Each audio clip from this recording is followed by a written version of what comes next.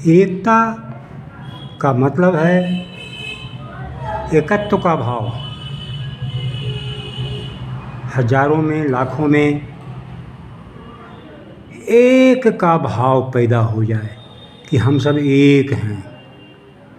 तो यह भाव कब पैदा होगा, इस पर तो विचार करना ही होगा, क्योंकि हम मनुष्य हैं। पशु भी एकता में रहते हैं। सारे शाकाहारी पशु लगभग एकताबद्ध ही रहते हैं, लेकिन उनकी एकता और हमारी एकता में अंतर है। क्योंकि उनकी एकता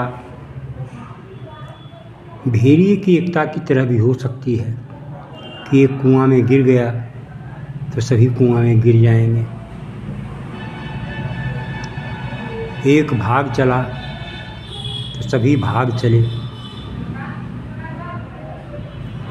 लेकिन मनुष्य की एकता समझदारी की एकता होनी चाहिए, समझ की एकता होनी चाहिए।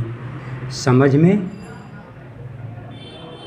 ज्ञान की एकता, संस्कार की एकता, संस्कृति की एकता, चरित्र की एकता, नैतिकता की एकता, सद्विचार सद्व्यवहार की एकता होनी चाहिए। तभी एकता अस्थायी बनी रहेगी।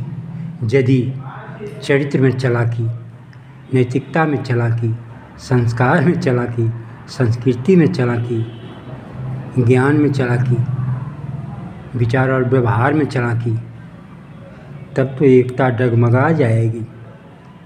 कोई पूरब, कोई पश्चिम, कोई उत्तर दक्षिण, कोई ऊपर, कोई नीचे, कोई इधर, कोई उधर, तितर बितर हो जाएगा। और यह हालत मनुष्य में ज़्यादा बनती है पशुओं के बनिस्पत। पशु तो फिर भी अडिग हो जाते हैं और अपने शत्रु से सामना करके अपने बच्चों, अपने असहायों की रक्षा कर लेते हैं। लेकिन मनुष्य जब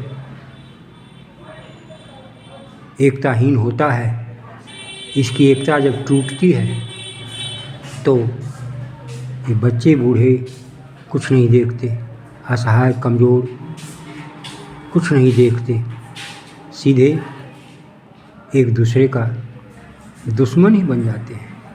अतः एकता, तर्कपूर्ण एकता,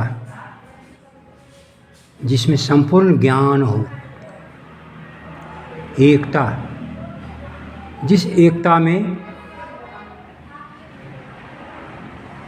गुणों का दर्शन हो जाए, वही एकता सार्थक है।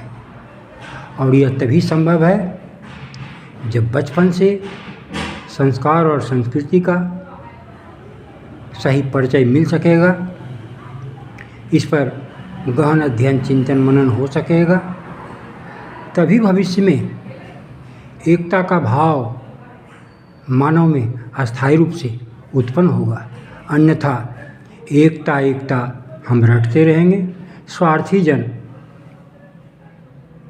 पीछे से अपना स्वार्थ साधते रहेंगे। सज्जन लोग